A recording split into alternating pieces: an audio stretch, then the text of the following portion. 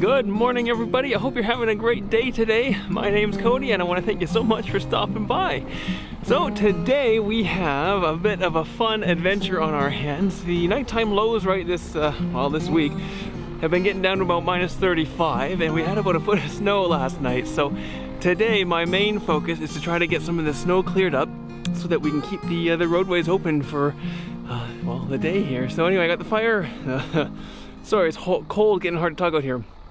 I've got the tractor fired up and ready to go, so I'm gonna go hop into that and get some snow moved here, and hopefully there's enough time left over to get to my second project for the day. But let's get out of this winter wonderland and into that nice lukewarm tractor. You know, despite the cold, I still think it is beautiful out here. You know, the snow and the trees all around us here.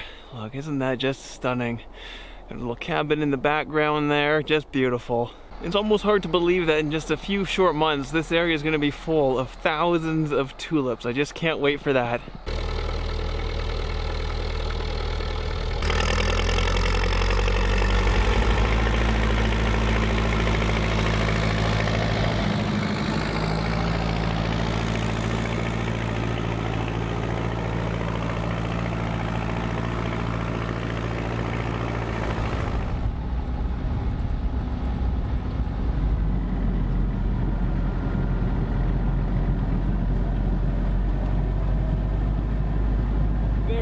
We got the parking lot all cleared up. The snow is moved out of the way. Still super cold out, but it's a job well done. So let's head inside now and see what else we can get up to. It can always be so deceiving when the weather gets nice here for a little bit. Like I say, we get a Chinook and the weather can go up to plus 20. And then the following week, like I say, nighttime lows into the minus 30, minus 35. So quite the temperature swings for our springs here. But that's just life on the prairies, I guess.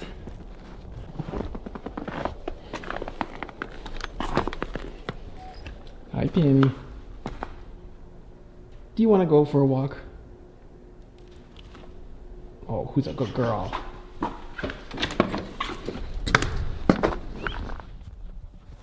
Penny, sit. Good girl, here we go.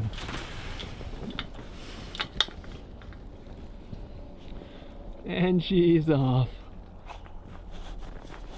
There we go, we're just out in one of the parks here now, giving Penny a chance to burn off some energy there. So yeah, a little bit cold, we probably won't be too long out here, just give her a chance to burn off some energy, and then we'll head back inside. But yeah, just thinking, it's probably been a while since I've explained these parks here, and for those of you who are new to the channel, I guess I'll just go into it really quickly here. But for, gosh, was it 16 years I ran a dog hotel, and for a number of those years I got certified as a canine behaviorist and dog trainer.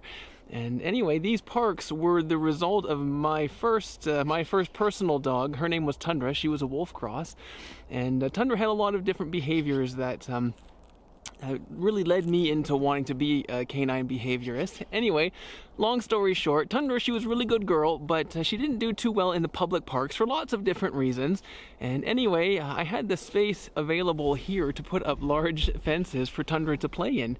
And it worked out really well for her. And I figured there'd be other people who had dogs with different behavioral issues, whether it was reactivity, if you're familiar with that term, or just didn't want to take their dogs into a public off-leash park. And so anyway, I started putting up these little, I built one first, and it was received really, really well. People loved the fact that they could have their own private off-leash dog play area for their dogs, you know. And the nice thing about it was they were able to then choose who they brought out to the park. So if they had friends that had dogs that got along well together, they could bring those dogs out.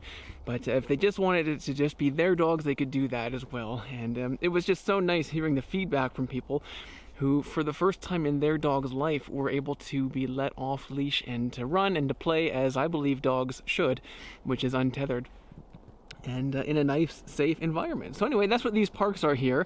And today, now I've got 4 of them built outdoors, and I just finished the second indoor park on the farm here. So there's plans again to expand the outdoor space more this summer, but that's off in the future here. So yeah, just a little aside. If you have any questions about the parks or anything like that, feel free to let me know. It's just kind of out of the blue on today's video, but Penny was looking like she needed a bit of a run, so I figured I'd take you guys along and show you what that's all about. But I better find her. I'm sure her feet are frozen now, so I've got to go take her back inside here. But yeah, let's hop back in. So we're back up in the washing room here, and what I've got now is a disassembled tower garden. I shut this down a few months ago just as things started to get a little bit busy, and I didn't want to have to replant it and go through all that. But anyway, I got it put away in storage for a little bit, and anyway, I need to clean it. I want to get it going again here. So my plan is to get this thing all washed up and start circulating with some water. And then I want to also start some seeds that I want to put in the tower garden. So let's get this all cleaned up and then we can get some seeds started. So just gonna hose her off. I've got a little solution here of just some bleach, a little bit of bleach mixed with some water, just to help kill if there's any pathogens or anything like that on there. So give it a little spray. Here we go, and away we go.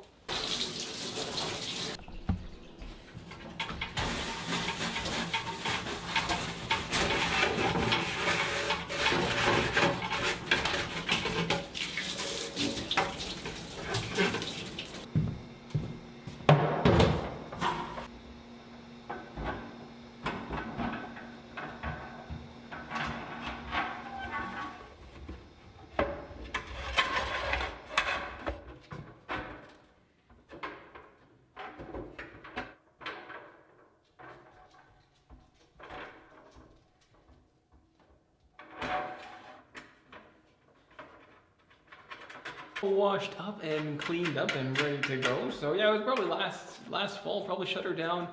I'm assuming around the time I was doing carrots, so I just got too busy, didn't get a chance to get it cleaned up or put away properly, but don't know if anyone can relate to getting too busy and putting cleaning off till later, but that's what happened here, and that's okay. She's all cleaned up and ready to go. So now I'm just gonna fill up the reservoir and go from there. So now I just need to attach the pump hose to the main water line that runs the length or the height of the tower garden here. And you just do that by screwing it into, hi sweetheart, there we go, the little connector valve on the bottom here. There we go. I'll bring you guys up here so you can see.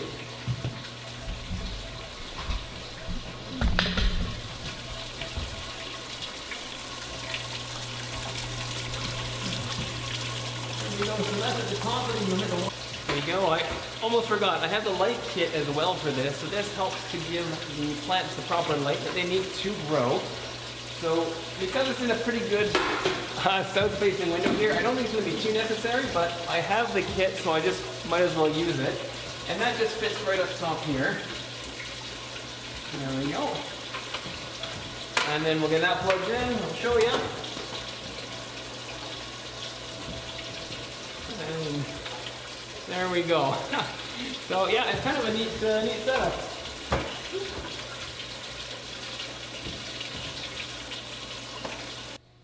Well, I have the tower garden circulating just to kind of get a few cycles through there. I'm going to go ahead and just plant some stuff in there. I'm not going to go into too much detail as to what I'm planting. I'm not even going to label it just because this is just for our use. And it's just a fun little thing to try. So I'm going to got, I don't know, maybe 16 different plants here that I'm going to get in here and get these seeds started. Once they're started, after a little while, you can move them out into there. But it's nice to have them in a nice controlled environment, like this little black tray. And I start them in either rock wool here or this cocoa fiber. And that gives the seedling something to root into. After they've rooted in, like I say, you can just break these up into their little individual things, put it in a little net pot, just so that it doesn't fall back into the tower garden itself, and then stick that right into one of those slots, which the tower garden then will water and give it all the nutrients and everything that it needs. So let's get these seeded up here real quick. And like I said, I just have an assortment, so I think there's 16 different vegetables and stuff like that. So yeah, let's get on it. There we go. So I'm putting 3 or 4 tomato seeds per hole, just to make sure that our germination rates are going to be high. You can always thin them out after a little bit if it's starting to get a little too crowded in there. So just keep that in mind. There we go. I like to bottom water all of my seeds just to make sure that I don't rinse them away. And it also keeps the moisture off the actual seedling itself. But these materials that I've planted them into, they're going to wick up all of that water and make it available to the plants in due time. So You could go ahead and spray these lightly if you wanted to. That's one way to speed that process up, but just let the water sit in there and then place on this cover here. That will help keep the heat in, which is important for seedling germination, as well as keep the humidity nice and high. So the next step for this is to place it into a bright location for germination. Well, I've got you here. I just wanted to show you the tulips that we planted a few days ago. They are coming along pretty good. I don't know if that's going to show up or not very well, but there's a good growth there. That's an inch there, and they're all starting to poke up. So that's really, really exciting as far as extending our season is concerned. Holy smokes, look at this guy. As big as my finger. But yeah, like I say, really exciting about the season extending possibilities with this. Now the next step will be whether or not they produce flowers. So I'm hoping that they've had enough dormancy that has been triggered. I don't know all the ins and outs when it comes to tulips, so it's a good idea just to experiment and practice. But we'll get the lid back on and let these guys continue to do their thing. There we go, we have our seedlings, or seeds rather, set out. They will start to germinate here in the next few days. Like I said, once they get bigger, probably around that 1 inch mark, and once the roots really start to come out through the bottom of their growing medium, I just pot them up in these little 1.5 inch netted pots, and then they go into these little plugs here. Hello, Penny. Yes, Penny says hi. And then they can grow on right until they're ready to be harvested. So right now, the name of the game is to let these seedlings germinate. And like I said, I'm just going to do that by keeping them bottom watered as best as I can, by not letting Penny get to them, and a nice, bright, warm, sunny location there. And that'll give the seedlings the best possible chance for germination. And after that, pretty straightforward from there. But yeah, strange video today, quick video today. I don't know. Snow removing took me most of the day, so a little bit rushed here in the afternoon, but we got it done. The project's all finished, so that's where I'm going to leave it. But I wanted to thank you so much for stopping by. I hope you got some enjoyment out of today's video. And yeah, guys, until next time, I'll catch you later. So take care, and we'll see you later.